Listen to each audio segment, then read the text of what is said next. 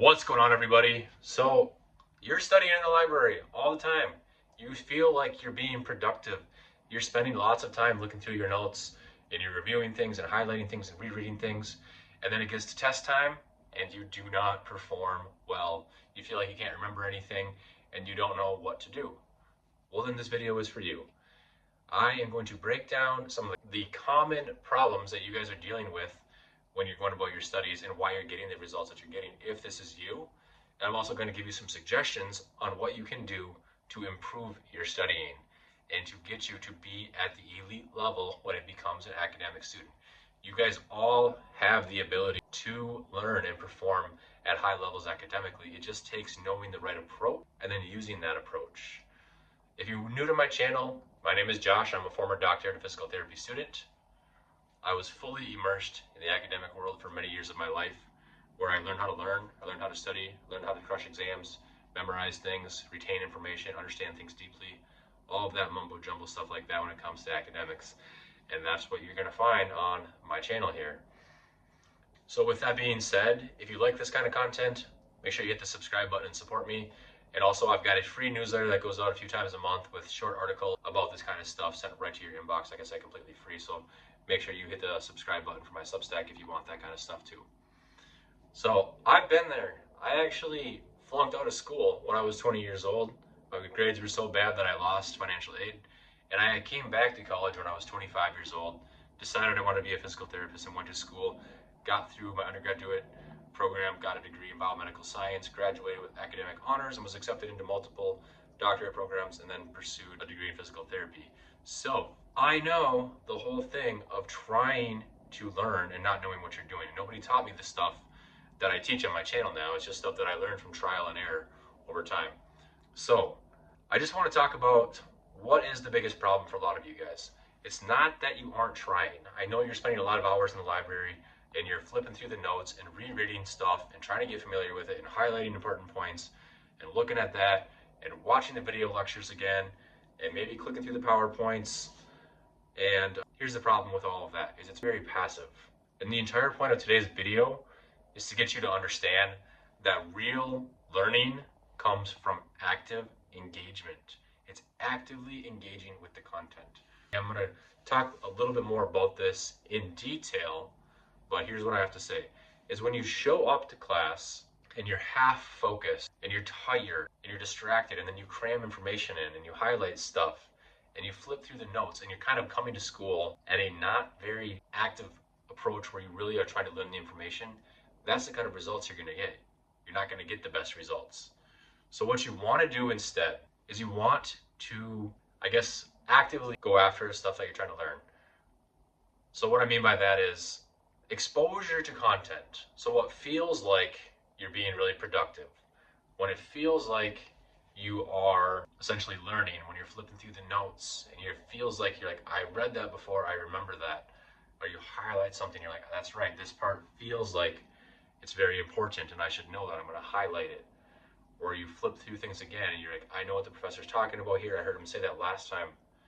That sounds like you know what you're doing because you're familiar with it and you're being exposed to that content again and again and again. But real learning occurs from being fully and actively engaged. The more you can be engaged with the content right in front of you, the better you're going to learn information. So the bottom line here is that learning is not the same as being exposed to it. What I want to say is, I really want to emphasize this, and I'm probably going to repeat it a few times in my video. The solution to all of this is active engagement. So doing things that cause you to actively recall the information, that cause you to try to explain the information, or to paraphrase the information, or when you have to take the information that you're hearing and write it down, all of that where you have a lot of brain activity surrounding what's going on. We know from studies that when you're flipping through notes, and that when you're highlighting and rereading content and watching video lectures again or hearing audio, yes, you're absorbing some information, but to really build strong neural networks and have deep understanding of content, you've got to be able to do things where you're actively engaged. So testing yourself is one of the best things you can do. So practice exams. Make your own questions. Pulling things from memory, active recall. I know you probably heard that before.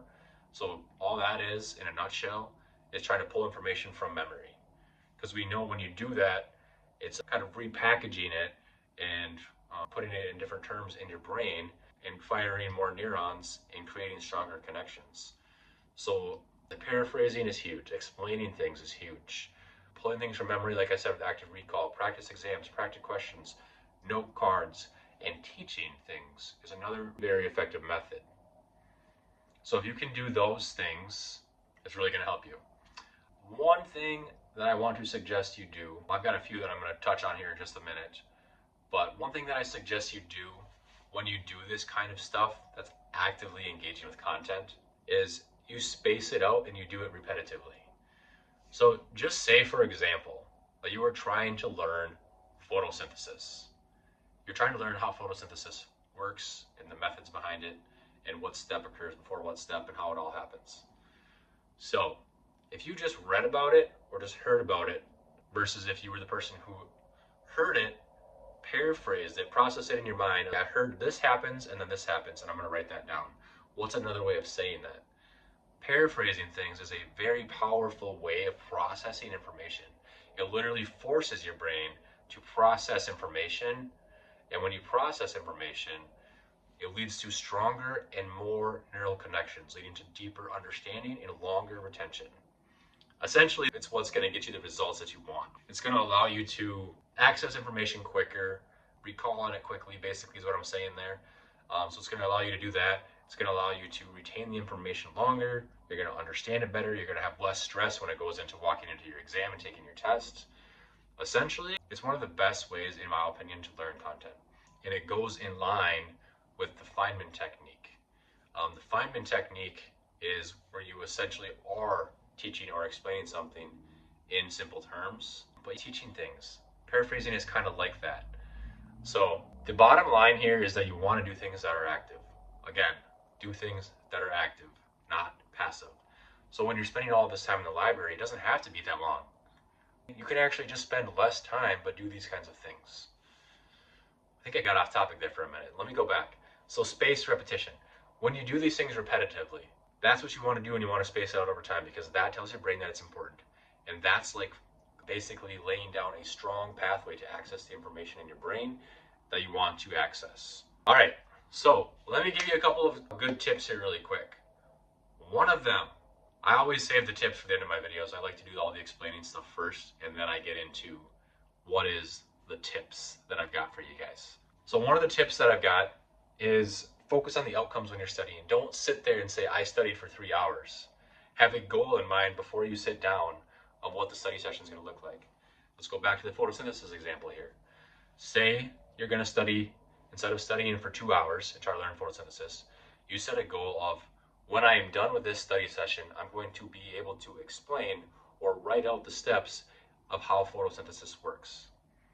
That is the goal-oriented study session. So that way when you sit down and start studying, you know what you're trying to accomplish. Instead of just saying, I studied for X amount of time and spent this much time doing it. You got this result because of your efforts now. So that's one thing I want to add. My next tip is one that I highly suggest you do, and I did this a lot. This was one of the ways that I studied basically every time I studied.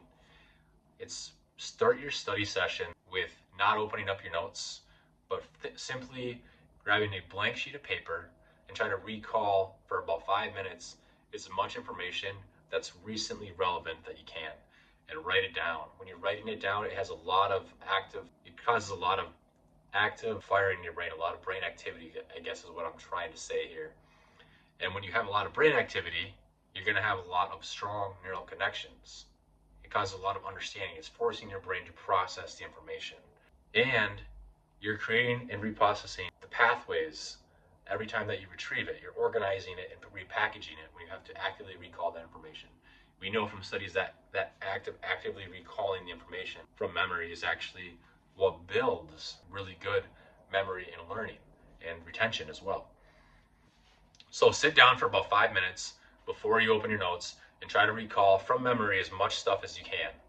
Try to recall everything that you can and write it on a sheet of paper.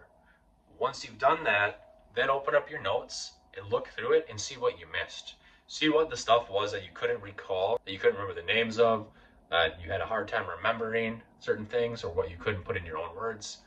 And make note of that. Maybe put a little purple star with a highlighter next to that stuff. And then what I suggest you do is, when you have a few minutes, I know as a student you never have a few minutes, but when you have a few minutes, now what you want to do is you want to take those purple stars, write those on a separate sheet of paper, and next time you sit down to study for 5 minutes, try to recall that list of stuff that you couldn't recall last time. When you simply starred it and then wrote it down, that already strengthened your understanding of that content and made it more easily able for you to access it from your memory and retrieve it from just actively recalling it. But this is why the technique is so good, because when you actively recall the stuff that you couldn't recall last time, you're really establishing strong pathways directly to the stuff that you struggle with. All right, so that's one of the things that I definitely always encourage when you start your study sessions. And so I already mentioned some of the methods that you can do that are active engagement for you guys, like paraphrasing and explain, and note cards and practice exams, the blank page technique that I just told you about, and teaching things like the Feynman technique. Those are really solid methods that you're going to hear me talk about in a lot of my videos if you continue to show up on my channel, because they work. And we know from research they work, and they're one of the things that elite students do to perform at high levels academically. But one more tip I'm going to give you is to create your own questions. Why is this important? Or why is this helpful? Because when you're reading through a textbook or flipping through slides, or even now as you're listening to me, and you have something that you're like, I get it, I should write this stuff down, I should record this, I should learn this and retain this. Ask yourself, instead of just writing it down, try to paraphrase it as a question. Ask yourself, how would this show up on the exam? What is a question that the professor may ask about this specific concept that seems important? When you do that, you are forcing your brain to actively think about the information right in front of you and find the fine details of it. And you're forcing yourself to put yourself in the professor's shoes and ask, what is it about this that's testable? What's the important stuff of this concept, of this content? You're actively being very engaged with the content. You're not just reading it. You're literally thinking about it, how you can put it into an exam question, paraphrasing, and then trying to write the own question yourself. When you write it down, you're going to remember it better. So this is a very good way to effectively study, is to essentially make your own test and then test yourself. Maybe write a few questions each time you're studying. Right? What are a few questions from today's content that might show up on the exam? Write 5 or 10 of them after each study session. Then when it comes time to get closer to the test, maybe you're a week out or 2 weeks out from the exam, you can now flip back and go through those questions, and you've already got a cheat sheet study exam. And to combine this even deeper, combine it with the spaced repetition that we talked about. So don't just look at it one time and then go to the exam. Look at it 2 weeks before the test, or look at it often leading up to the test. Give it a few days, and then test yourself again. Once you do it a few times, there's going to be a handful of questions, obviously, that you really struggle with. As you go throughout this, you can highlight those, put a purple star next to those, whatever. So you know that content is the stuff that you struggle with, and you clearly don't have a good understanding of it and a strong ability to recall that information from memory yet. And that gives you the ability to then work on just that stuff, because you already know what you know, and you know what you don't know. I'm definitely off on a tangent here. It's hard for me to talk about all of this stuff in simple terms because I've got so much that I can tell you guys, and I get excited about sharing it and helping y'all learn to learn. So the bottom line of all of this information is rereading and doing things that are familiar to you and seem like you're just being in front of it again and looking at it again and listening to it again, talking about it again. That stuff is kind of helpful, but to really take things to the next level, you want to implement the strategies that I talked about. I didn't do any deep dives in this video. I've just talked about some of the ways that you can do it. But the best ways to really study information is through active engagement, you guys. Is through active engagement. Another thing that I didn't mention that I just thought of is even just writing stuff down as you paraphrase it, or if it's something you have to memorize, just writing it down. You can do this on a whiteboard if you want. You can do it on a sheet of paper, crumple up and throw it away. You can do it on a whiteboard and then erase it. Doesn't matter. But let's just use the photosynthesis example here really quick. So say you are trying to learn photosynthesis. Write down the steps, then write it down again. Write it down like 3 or 4 times. You're gonna have a pretty strong understanding and retention of that because you had to write it down. It led to a lot of firing in your brain, a lot of neural activity, a lot of engagement of the brain, a lot of processing happened, repackaging, essentially organization of the material, telling your brain that it's important. You're gonna remember it. You're gonna be able to retain it. You're gonna be able to access it quickly. This is the kind of stuff, when you really do this active engagement type studying, is the kind of stuff that when you walk into tests, you know it. And you feel confident when you sit down that you're going to know the answers to the questions. You're going to know and understand basically everything that you're being tested on because you took the time to learn it on a deep level. You didn't just memorize it. The more active type studying that you do, the more engagement you have with it, the better you're going to understand it and the better results you're going to get. That is the bottom line. I've got more videos that are coming out here soon where I'm going to do a deeper dive on some of these things. And it's going to explain things to you guys on a better level. In the meantime, I want to say, please subscribe, hit the like button, check out my newsletter, my Substack. It's completely free, sent right to your inbox a few times a month. And in the next episode, we're going to take a deeper dive on the Feynman technique and how you can use that to really crush your exams. All right, we'll see you guys in the next episode.